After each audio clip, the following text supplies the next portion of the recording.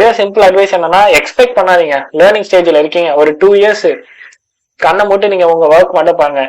ஒரு டாஸ்க் வச்சுக்கோங்க, இந்த பக்லாம் நான் இந்த இயர்ல நான் கண்டுபிடிக்கணும் அப்படின்னு ஒரு டாஸ்க் வச்சுக்கோங்க. அந்த பக்கை மட்டும் ஃபோக்கஸ் பண்ணி கண்டுபிடிங்க. ரெஸ்பான்சிபிலிட்டி டிஸ்க்ளோசர் சைட் தான் உங்களுக்கு யூஸ்ஃபுல்லாவே இருக்கும். ஹேக்கர் ஒன் பக்ரோட் போனீங்கன்னா ஆல்ரெடி அங்க அடிச்சு நிறைய பேர் வச்சிருப்பாங்க, உங்களுக்கு ப்ரெஷர் அதிகமா இருக்கும், வந்துடுங்க. நான்லாம் பாத்தீங்கன்னா ஸ்டார்டிங் எத்தனை பக்ரோட் போனேன், ரொம்ப கஷ்டமா இருந்தது. அந்த ஹண்ட் பண்ண ஆரம்பிச்சேன், ஹால் ஆஃப் ஃபேம் பவுண்டி எல்லாம் வந்தது எனக்கு.